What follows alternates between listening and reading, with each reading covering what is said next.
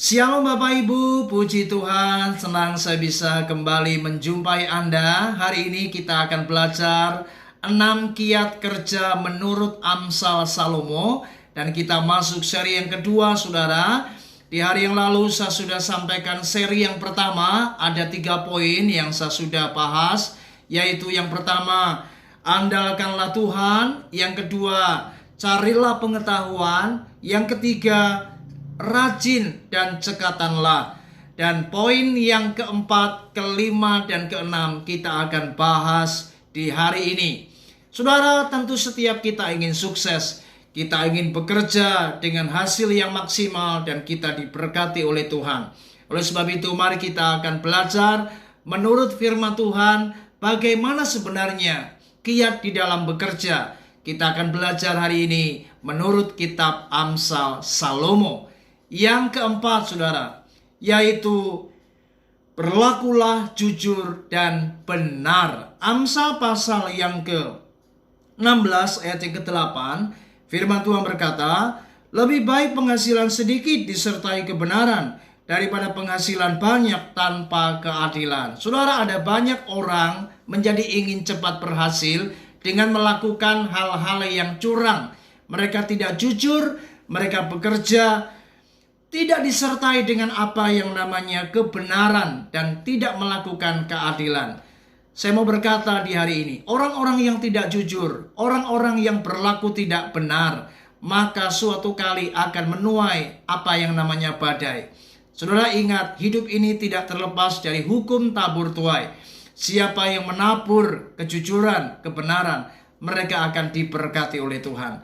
Tapi sebaliknya mereka yang melakukan tipu daya, kecurangan, kebohongan, korupsi, dan lain sebagainya, mereka akan menuai bencana dan mereka akan dihukum.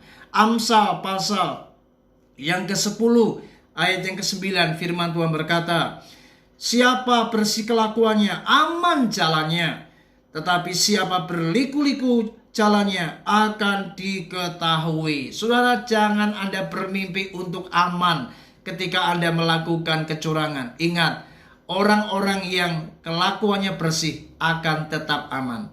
Oleh sebab itu, mereka yang berhasil adalah mereka yang selalu hidup jujur dan jalannya benar. Mereka tidak mau melanggar rambu-rambu. Mereka tidak mau melanggar apa yang menjadi aturan-aturan main. Mereka selalu berjalan di jalan yang benar, di trek yang benar, dan mereka jujur di dalam melakukannya. Mereka pasti diberkati oleh Tuhan. Yang kelima, saudara, mari kita belajar Amsal pasal 21 ayat yang ke-23. Dikatakan, siapa memelihara mulut dan lidahnya memelihara diri daripada kesukaran. Yang kelima adalah jagalah mulut. Penting sekali, saudara, dalam dunia bekerja kita ini harus menjaga mulut. Artinya kita harus bisa mengendalikan mulut kita, mengendalikan lidah kita, bagaimana kita harus berbicara, bagaimana cara kita berbicara, dengan siapa kita berbicara, kita harus dapat mengendalikan mulut ini. Karena orang-orang yang bisa menguasai mulutnya, mereka yang akan dapat dipercaya dan mendapatkan perkenanan. Oleh sebab itu, bagaimana mungkin seorang pimpinan mempercayakan sesuatu yang besar kepada mereka yang bocor mulut, kepada mereka yang tidak bisa menjaga sebuah privasi perusahaan. Oleh sebab itu, mari saudara, kalau Anda ingin diberkati, Anda menjadi karyawan yang sukses, Anda menjadi pebisnis yang diberkati, ingat, Anda harus menjaga mulut kita. Bagaimana kita dapat menjadi orang-orang yang dipercaya. Apa yang kita ucapkan, kita lakukan. Itulah yang namanya menjaga mulut. Oleh sebab itu, berhati-hatilah di dalam berbicara. Berhati-hatilah di dalam berjanji. Kita harus menepati apa yang kita ucapkan. Itulah menjaga mulut. Orang-orang yang menjaga mulutnya, dia adalah orang-orang yang dapat mengendalikan dirinya dan dapat dipercaya. Oleh sebab itu, kalau Anda ingin sukses, ingat, mulut ini harus benar-benar Anda jaga dengan sebaik-baiknya. Yang keenam, yang terakhir, Amsal 16 ayat 32 dikatakan, orang yang sabar melebihi seorang pahlawan. orang yang menguasai dirinya melebihi orang yang merebut kota. Yang keenam yaitu sabarlah dan tenanglah. Saudara, dalam sebuah pekerjaan dibutuhkan apa yang namanya kesabaran. Dibutuhkan apa yang namanya ketenangan. Ada orang-orang yang tidak bisa sabar. Ada orang-orang yang selalu tidak bisa tenang. Dan orang-orang seperti ini kemudian akan menghasilkan pekerjaan yang tidak berkualitas dan tidak memiliki nilai jual yang mahal. Dan bagaimana ia menjadi orang yang sukses? Karena ketidaksabaran akan menghasilkan sesuatu yang tidak maksimal. Tetapi kesabaran akan membuat engkau menghasilkan sesuatu yang jauh lebih berkualitas.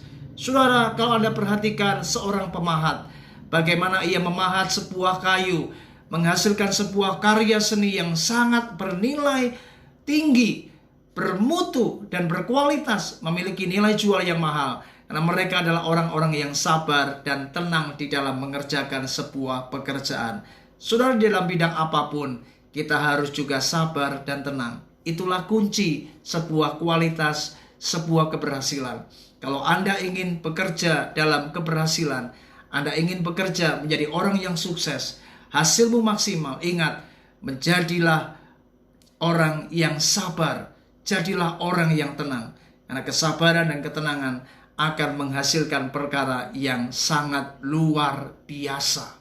Kiranya di hari ini kita boleh belajar 3 poin selanjutnya.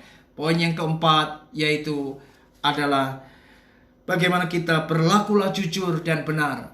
Poin yang kelima yaitu jagalah mulut. Poin yang keenam, mari kita harus sabar dan tenang. Hari ini saya percaya ketika Anda melakukan poin-poin ini dalam dunia bekerja, dalam apa yang Anda lakukan, Anda akan diberkati dan menjadi orang-orang yang berhasil. Diberkati Tuhan. Tuhan Yesus memberkati kita semua. Shalom.